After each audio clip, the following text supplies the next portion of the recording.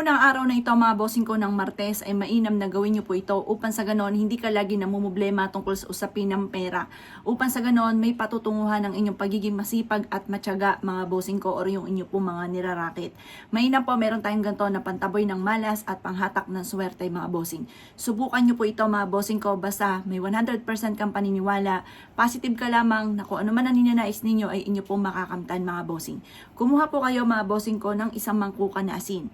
At pagkatapos, ang gagamitin nyo lang po na isang mangkuka ng asin ay yung mga mumurahin lamang po sa bangketa natin na bibili. Kahit hindi ka na gumamit ng mga iodized na mga mahal, ganito lamang, basta focus ka lamang, naniniwala ka, makakamtan nyo po yan kung ano man ang ninanais ninyo. Kailangan din po natin mga bossing ko ng 7 piso. Ang 7 ay panungwit ng swerte, kaya kailangan meron kang 7 piso mga bossing.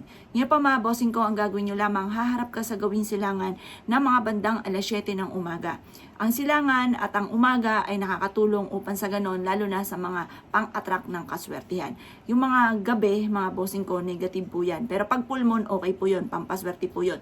Pero sa mga gabi, 5:00 at gabi, mga bossing ko ng paggawa, hindi po yun pampaswerte mga boss. Ngayon pa mga bossing ko, gawin po natin ito basta't may 100% kang paniniwala. Ang gagawin nyo lamang, yung 7 piso ay iikot po ninyo habang kayo ay nagwi-wish. Sabihin nyo, magkakaroon ako ng maraming pera, hindi na ako maubusan ng pera, maraming ipon, ang aking maiipon, at kailanman ay, yun nga po, hindi na kayo mamumblema sa pera. Makakabayad na sa mga pagkakautang at hanggat maaari ay hindi na talaga mangungutang at makakamit ko naman ang mga pinapangarap.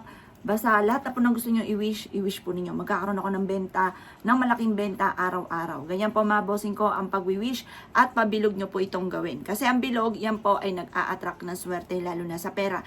Lalo na kung pera ang inyo pong problema, mas mainam na pabilog po talaga po siya. At 7 mga bossing ko na barya ang inyo pong gagamitin. Kasi yung 7, panungwit po yan. Diba kapag tayo susungkit ng prutas, mga pamangga or anumang prutas po yan, tayo po ay gumagawa ng pangsungkit. Ito po ay pangsungkit ng pera. Pangsungkit ng swerte mga bossing. Basta positive ka lamang, lalo mo sisipagan, tsaga-tsaga lang po mga bossing. Madiskarte ka dapat, hindi ka mahiyain at ikaw po ay dagdagan ang talino upang sa ganun kayo po mga bossing ko ay maging matagumpay.